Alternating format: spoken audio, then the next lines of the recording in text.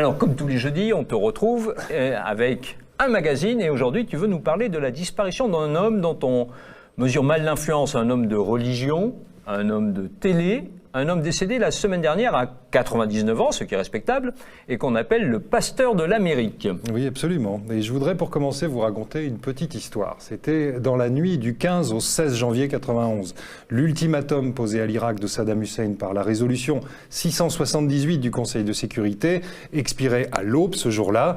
Le monde retenait son souffle alors que les armées américaines s'apprêtaient à passer à l'attaque contre l'autocrate qui avait envahi le Koweït l'été précédent. C'était une nuit calme à Washington, D.C. Un homme, une figure de l'Amérique de George Bush père, avait été invité à passer la nuit à la Maison-Blanche pour accompagner le président dans la prière. Cet homme, c'était le révérend Billy Graham. Billy Graham, c'est lui, un prédicateur évangéliste aussi célèbre qu'Elvis Presley et Marilyn Monroe, une figure du showbiz spirituel, on pourrait dire, l'une des têtes pensantes les plus en vue de ce néo-protestantisme des méga-churches qui essaiment aujourd'hui partout dans les cœurs et dans les banlieues, au-delà des États-Unis, au Brésil, en Afrique francophone, dans les Caraïbes, mais aussi en France, bien sûr, et jusqu'en Russie. En France, il faut savoir qu'on dit qu'une église évangélique s'ouvre tous les 10 jours. Alors Billy Graham était un fils de fermier de Caroline du Nord, né en 1918, descendant de colons écossais et d'officiers confédérés. De son propre aveu, sa jeunesse se résume à deux choses: la Bible et le baseball. C'est un garçon parfois un peu turbulent, plutôt ambitieux, et selon la légende qu'il a entretenue de son autobiographie permanente, c'est un prédicateur itinérant du Kentucky qui l'aurait convaincu à l'âge de 16 ans de rentrer dans le chemin de Dieu, comme on dit, au cours de plusieurs prêches nocturnes. Alors c'est presque un peu bizarre, est-ce que tu nous racontes ? C'est presque une scène de cinéma. Puis alors attendez, il y en a encore une plus belle. Billy Graham raconte qu'est venue ensuite, 2 ans plus tard, pendant ses études de théologie, une improbable promenade sur un parcours de golf, une nuit en Floride, alors qu'il était à l'université de théologie pas loin. Il dit avoir senti monter en lui l'émotion divine, être tombé à genoux et s'être étendu sur le green en pleurant et en jurant que désormais il servirait Dieu.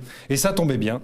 Pourquoi ? Parce qu'à l'époque, la mode était à ce qu'on commençait à appeler l'évangélisme électronique. C'était l'époque de l'avènement de la sonorisation des grandes salles, de la télévision, l'apparition des premiers postes de télévision dans les maisons, des cinémas de quartier, des tabloïds aussi et de la publicité. Bon. Alors après, il y a le côté un peu plus, disons, pragmatique dans la vie de Billy Graham. D'abord, un beau mariage avec la fille d'un grand chirurgien, missionnaire en Chine. Et puis la rencontre décisive avec William Randolph Hearst, l'empereur des médias à l'époque. William Randolph Hearst, c'est le milliardaire qui a inspiré à Orson Welles son Citizen Kane. Alors Hearst le fabrique, le coiffe, l'habille, son violent anticommunisme, on est vraiment au début de la guerre froide, a besoin d'une image, eh bien voilà, ça passera par cette image, et Billy Graham prêchant devant des tentes de 6000 places, des campagnes de publicité que vous voyez, des campagnes de pub avec le beau sourire de Billy Graham et ses sermons chaloupés. Le succès est fulgurant, l'entreprise Billy Graham prend une envergure nationale assez vite, puis internationale. Les jeunes chrétiens américains s'habillent comme lui, se coiffent comme lui, limitent dans ses inflexions, dans ses gestes de crooner exaltés quand ils montent sur leur boîte à savon pour prêcher la bonne parole. Le petit playboy de la Caroline du Nord devient vite une vedette et un guide. On est en plein boom d'Hollywood, il faut se rappeler de ça. Il devient l'ami du grondant vice-président Richard Nixon au début. Donc on est toujours chez les anticommunistes. Là, voilà, exactement. C'était le rival de Kennedy, Richard Nixon. Il était vice-président d'Eisenhower. Il était connu pour avoir participé d'abord au macartisme très très activement et ensuite d'être l'aile dure du Parti républicain au moment de la fin du mandat d'Eisenhower. Donc il s'oppose à Kennedy. Pourquoi ? Parce que Kennedy est catholique et son idée c'est de contrer l'influence du Vatican à Washington. Il s'affiche ensuite avec son successeur, Lyndon Johnson, avec Martin Luther King aussi. Il prêche. Ah mais il est copain avec tout le monde alors. Voilà, il veut absolument réconcilier toute l'Amérique. Il est le pasteur de l'Amérique. Il y a aussi de la sincérité là-dedans. En tout cas, son idée, c'est de prêcher l'égalité des races et des classes aux États-Unis. On voit bien que tout ça tient la nation américaine d'un seul tenant. Alors une fois son ami Richard Nixon installé à la Maison-Blanche, il entretient de longues conversations avec lui, des conversations conversations enregistrées, hein, entre parenthèses, comme avait l'habitude de le faire Richard Nixon. Oui, des conversations qu'on a connues un petit peu plus tard et dans lesquelles le président déroule devant lui ses délires antisémites sans provoquer beaucoup de réactions. Mais bon, c'est quand même ensuite Jimmy Carter qui devient son ami. Mais alors, comment il passe de Nixon à Jimmy Carter? C'est quand même deux politiques opposés. Oui, et il ne s'est jamais engagé dans un parti, c'est-à-dire qu'il est le pasteur qui surplombe la politique. Hein. Il est un peu cette espèce d'homme au-delà des partis et des factions. Il est l'incarnation de l'Amérique spirituelle. Alors, Jimmy Carter, pour vous donner une idée, il dit que Billy Graham, je cite, a eu une énorme influence sur sa vie spirituelle. Et puis ensuite, bon, c'est Ronald Reagan, c'est déjà plus dans ses cordes, mais pourtant il l'agace un peu Ronald Reagan parce que justement dans son idée de surplomber les partis, il se rend en URSS en 1982 pour prêcher le désarmement nucléaire. On s'ensuit ensuite George Bush père, on l'a vu tout à l'heure, je vous l'ai dit, et puis ensuite George Bush fils, et on dit d'ailleurs que, enfin George W. Bush dit lui-même que c'est Billy Graham qui l'a convaincu d'arrêter de boire et de renaître, de devenir ce qu'on appelle un born again. C'est une belle légende ça, non? C'est ce que dit George W. Bush, alors ça doit arranger les deux parties sans doute. Mais enfin, Barack Obama récemment s'est rendu chez lui pour une soirée de prière entourée de caméras quand même. Et enfin, Donald Trump le considère comme un héros. Alors en 50 ans de carrière, le révérend Billy Graham est devenu un sage, une lumière pour le petit peuple de l'Amérique et au-delà. En 1986, il est venu prêcher à Paris devant une foule immense et en multiplex dans une trentaine de villes. La semaine dernière, le très sérieux New York Times, bien sûr que vous connaissez tous, a fait le bilan de sa vie pastorale. Billy Graham a partagé le message chrétien, Dixit, le New York Times, a partagé le message chrétien avec 215 millions de fidèles dans 185 pays et a suscité des millions de conversions. Bon, ça, c'est la manie américaine de la civilisation numérique, d'avoir des chiffres pour tout. Mais Léonard, là, c'est une belle hagiographie que tu nous fais de ce charmant personnage, mais quand même, bon, les télévangélistes américains, ce ne sont que scandales sexuels, détournements de fonds, etc. Celui-ci échapperait à la règle? Oui, curieusement. C'est-à-dire qu'il s'est toujours affiché dans la fidélité avec la femme qu'il a épousée quand il avait 25 ans, au début de sa carrière. Sa femme a été vraiment affichée avec lui dans l'amour et l'unité. On ne lui a pas connu d'affaires sexuelles. Il n'est pas non plus tombé pour des histoires de fraude fiscale ou de... Vous savez, quand on est une église, on bénéficie d'optimisation fiscale. Oui, en même temps, c'est pas l'abbé Pierre. Voilà, c'est pas l'abbé Pierre. C'était un homme riche, c'était un homme à la tête d'un empire, mais enfin, aux États-Unis, c'est pas exactement comme en Europe. Aux États-Unis, c'est quelque chose comme le signe de son élection par Dieu, surtout quand on est un télé-évangéliste. Alors, on comprend mieux donc l'honneur suprême qui lui est rendu depuis hier, après avoir été transporté par la route d'État en État. Son convoi funéraire est arrivé à Washington et son corps est aujourd'hui, enfin depuis hier, exposé au Capitole à Washington.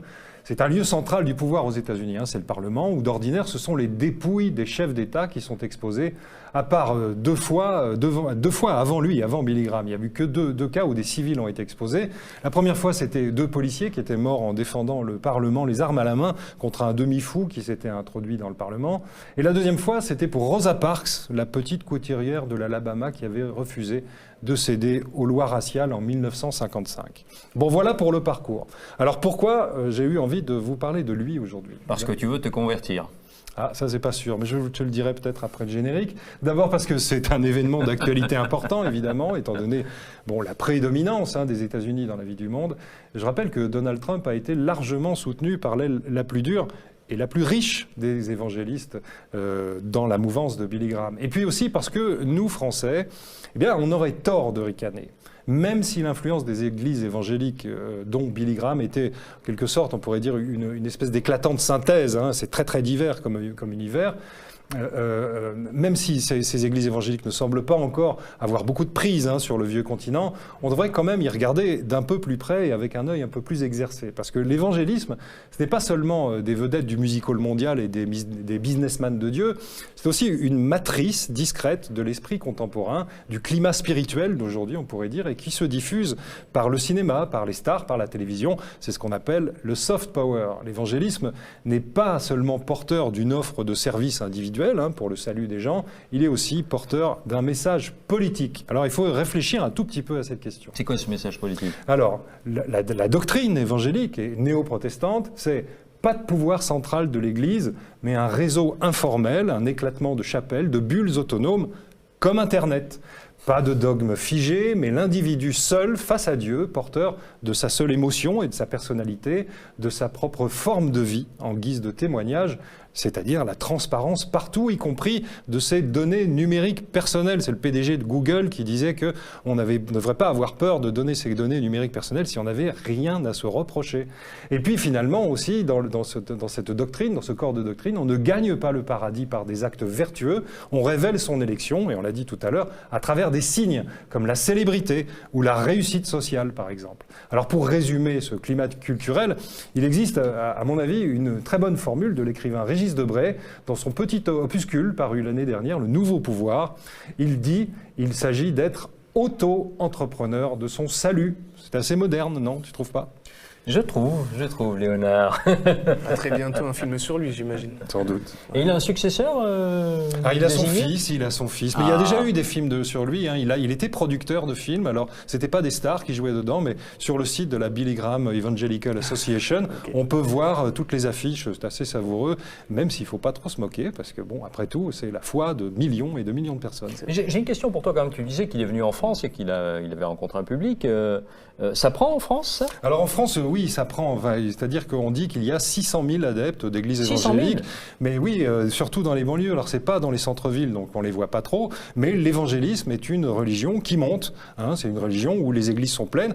Il y a des temples qui sont improvisés dans des supermarchés abandonnés, dans des lieux industriels abandonnés. Et on peut voir dans les banlieues, si vous y allez le dimanche, vous verrez des regroupements. Alors par confession, ce sont des comment dire, je ne connais pas le terme technique, mais ce sont des écoles particulières. Il y a les baptistes, les réformistes, enfin voilà.